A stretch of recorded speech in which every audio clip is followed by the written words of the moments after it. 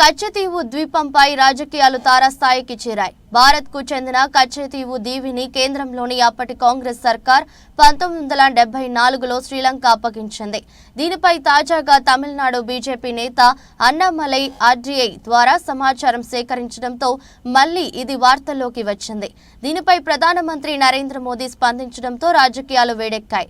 కాంగ్రెస్ నేతృత్వంలోని ఇందిరాగాంధీ ప్రభుత్వం కచ్చతీవును శ్రీలంకకు ఎలా అప్పగించిందన్న వార్తా కథనాలను షేర్ చేస్తున్న ప్రధాని మోదీ ఆ పార్టీ తీరుపై విమర్శలు గుప్పిస్తున్నారు.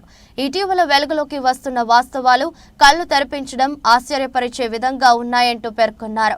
కొత్త వాస్తవాలు కచ్చతీవును కాంగ్రెస్ ఎంత నిర్ద్వారంగా వదులుకుందో వెల్లడిస్తోంది. ఇది ప్రతి భారతీయుడికి కోపం తెప్పించింది. ప్రజల మనస్సులలో పునరుద్ఘాటించింది. మేము కాంగ్రెస్ ను ఎప్పటికీ విశ్వసించలేము. భారతదేశ ఐక్యత, సమగ్రత, ప్రయోజనాలను బలహీనపరచడం కాంగ్రెస్ మార్గం. ఇది 75 ఏళ్లుగా కాంగ్రెస్ పార్టీ తీరు చేస్తున్నది ఇదే అంటూ సోషల్ మీడియా ప్లాట్ఫామ్ ఎక్స్ లో ప్రధాని మోదీ షేర్ చేశారు. అంతేకాకుండా మరోసారి ట్వీట్ చేసి కాంగ్రెస్, డీఎంకే పార్టీలు కచ్చతీవును ఎలా వదిలేశావో చెబుతూ షేర్ చేశారు. వాక్చాతుర్యాన్ని పక్కన పెడితే తమిళనాడు ప్రయోజనాలను కాపాడేందుకు డీఎంకే ఏమీ చేయలేదు. కచ్చతీవుపై వెలువడుతున్న కొత్త వివరాలు డీఎంకే ద్వంద్వ ప్రమాణాలను పూర్తిగా బయటపెట్టాయి. కాంగ్రెస్, డీఎంకే కుటుంబ పార్టీలు వారు తమ సొంత కుమారులు, కుమార్తెలు బాగుపడాలని శ్రద్ధ వహిస్తారు. వారు ఎవరిని పట్టించుకోరు. కచ్చతీవుపై వారి నిర్లక్ష్య వైఖరి మన పేద మత్స్యకారుల ప్రయోజనాలను ముఖ్యంగా దెబ్బతీసింది అంటూ మోదీ షేర్ చేశారు. साथियों, इंडी गठबंधन वाले ना देश के जवानों का हित सोच सकते हैं, ना ही देश के किसानों का हित सोच सकते हैं, ना ही देश के मछुआरों का हित सोच सकते हैं। किसानों से नफरत करने वाले इंडी गठबंधन ने चौधरी चरण सिंह जी को भी उचित सम्मान नहीं दिया। जब चौधरी साहब को भारत रत्न पर संसद में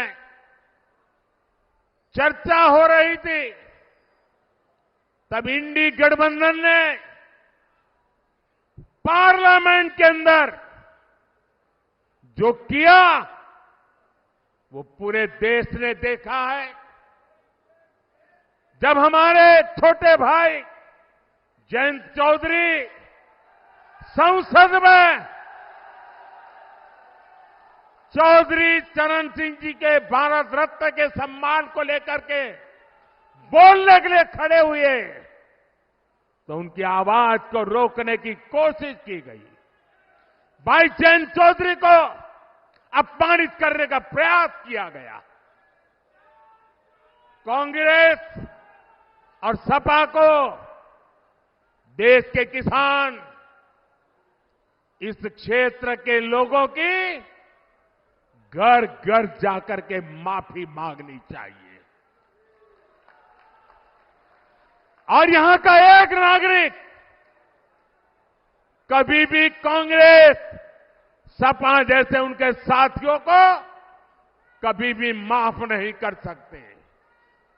साथियों, चौधरी साहब ने अपना जीवन किसानों की समृद्धि के लिए समर्पित किया था।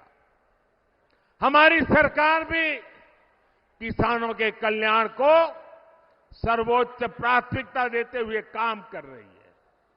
यहां तो इतनी बड़ी अनाज मंडी है, यहां की गुड़ की मंडी सारे देश में जानी जाती है।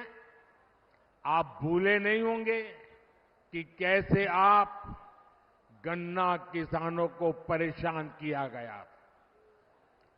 गन्ना किसानों के हजारों करोड़ रुपए बकाया होना सामान्य बात हो गई थी। चीनी मिलों को धड़ाधड़ बंद किया जा रहा था, कोड़ियों के भाव बेचा जाता था। मोदी ने किसानों के साथ हो रही ये सारी हेराफेरी बंद करा दी है। साथियों, हम गन्ने की खेती को चीनी और गुड़ तक सीमित नहीं रखना चाहते। हम देश की हर गन्ना बेल्ट को देश की ऊर्जा बेल्ट भी बनाना चाहते हैं। गन्ने से बनने वाले इथेनॉल से गाड़ियां चले, इसके लिए आज देश भर में काम हो रहा है। 10 वर्ष पहले सिर्फ 40 करोड़ लीटर इथेनॉल बनता था, आज 500 करोड़ लीटर इथेनॉल का उत्पादन हो रहा है। इथेनॉल की खरीद बढ़ने से 10 साल में लगभग 70,000 करोड़ रुपए देश के किसानों को मिले हैं।